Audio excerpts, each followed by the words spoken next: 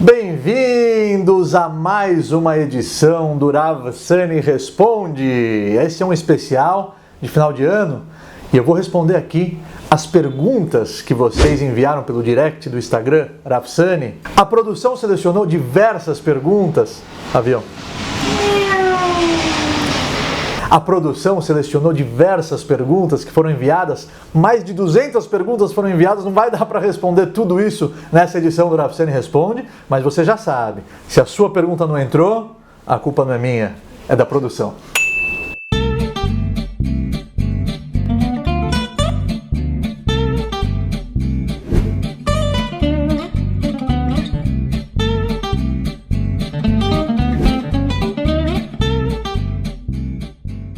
Vamos lá, pessoal, a primeira pergunta foi a pergunta do Guilherme Nolli. Guilherme Nolli perguntou o seguinte: judeus podem receber presente de Natal? Olha, presente sempre é bem-vindo. Se você quiser me presentear, não importa se é de Natal, se é de Ano Novo, se é sem motivo, podem enviar presentes, eu adoro presentes, mas não tem problema nenhum. O judaísmo respeita todas as culturas e nós temos que viver em harmonia. O Brasil é um exemplo vivo disso, onde várias culturas vivem em paz, em harmonia. Eu tenho amigos e colegas que não são judeus e eu sempre desejo para eles boas festas nessa época do ano, que eu sei que tem a comemoração cristã do Natal. Então, presentes sempre bem-vindos!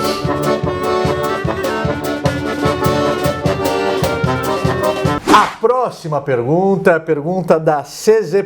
Paiva. É uma pergunta que nunca ninguém perguntou, não tem pergunta similar a essa em nenhum Rav Sani Responde. Vocês vão ver só. Como é que aceita a conversão no judaísmo? Eu já falei diversas vezes que a conversão pelo judaísmo é aceita. Todos os indivíduos que se converteram têm plenos direitos iguais, igual a qualquer outro judeu. Basta ele se converter de acordo com a lei da Torá e querer de verdade fazer parte do povo judeu. 100% aceita.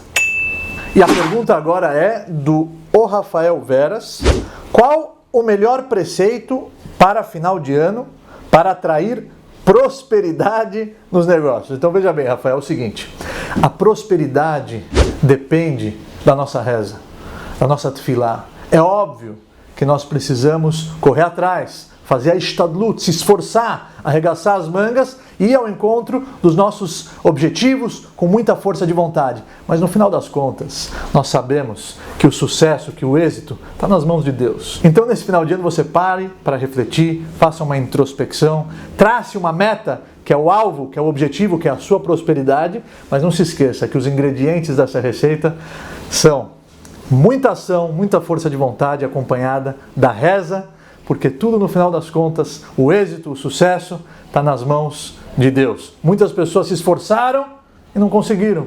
Muitas pessoas não se esforçaram tanto e acabaram conseguindo, porque Deus abriu o caminho. Então, faça a sua parte, mas não se esqueça de rezar, de pedir, de confiar, porque o boss quer o seu bem. Next! Ai, caramba! Quase que cai aí. Next question é a pergunta do Paulo Loreto. Paulo Loreto, shalom, amo muito o seu trabalho, muito obrigado. A alma judia pode encarnar em um não judeu? Sim, em alguns casos, a alma judia pode reencarnar em um não judeu. Vamos para a próxima pergunta, que é a pergunta do Felipe Jório. Os judeus realmente acreditam que a Terra tem 5.780 anos? Então vamos. 5.780 anos não é a contagem do primeiro dia da criação, e sim 5.780 anos da criação do ser humano, da criação da humanidade. Apesar desses 6 dias serem dias de 24 horas, a energia que dilata a função da matéria poderia dar a impressão de bilhões de anos. Então, os 5.780 anos que a Torá fala, que o judaísmo afirma, são os 5.780 anos da criação da humanidade, de Adam e Havá, de Adão e Eva. Espero que eu tenha esclarecido a sua pergunta. Vamos para a próxima que foi enviada, que foi uma mulher, a Andressa.Souzam. Shalom Rav, gostaria de saber por que, para se converter ao judaísmo, precisa pagar pelo curso? Ué, porque a pessoa precisa viver, né? Quem está dando aula precisa pagar as contas dela, não? Quem vai financiar as aulas? Quem vai financiar o projeto? Quem vai financiar os custos? Qualquer aula, qualquer conteúdo que você busca, seja ele online, seja ele presencial, tem um custo. Esse custo é para financiar os gastos. Eu não sei que tipo de curso e que tipo de rabino você procurou, mas eu compreendo se existe um custo. Não pode ser um custo fora do padrão do mercado, mas cobrar pelo ensino, cobrar pelas aulas, não tem problema nenhum. Agora é hora de responder a pergunta que foi enviada pela... É ele ou ela? Castro Aline, pode ser que é um casal, ou Aline Castro, pode ser que é uma mulher. Vamos lá. Qual o conceito da possessão demoníaca no judaísmo? Uma alma que ela está conectada com a matéria, uma alma que em vida ela foi uma pessoa extremamente materialista, no momento em que ela se desconecta do corpo, é difícil para essa alma aceitar a nova realidade espiritual. Então muitas almas ficam presas nesse universo físico e elas buscam um refúgio dentro do corpo de uma pessoa. Não tô brincando. Dentro do corpo de uma pessoa, para poder resgatar, que não está conseguindo se desconectar, que não está conseguindo evoluir, e ela acaba buscando refúgio dentro do corpo de uma pessoa. É óbvio que para ela conseguir esse refúgio, essa pessoa tem que estar num nível espiritual baixo. Aí é necessário o procedimento do exorcismo para você poder salvar, para você poder libertar essa pessoa que a alma invadiu o seu corpo. Então, basicamente, isso existe e temos que ficar atentos. Peraí, esse cachorro aí. Então, basicamente, isso existe. Antigamente existia num nível de intensidade muito maior. Hoje em dia é raro, mas ainda assim existem alguns casos. Em Israel, eu fiquei sabendo de um caso que aconteceu com um brasileiro há menos de 10 anos atrás, se eu não me engano. Próxima pergunta, olha só, a pergunta do Caio Khalil. Caio Khalil.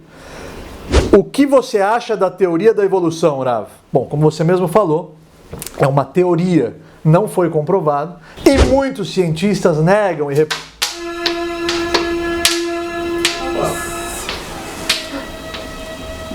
Acho que é possessão, né?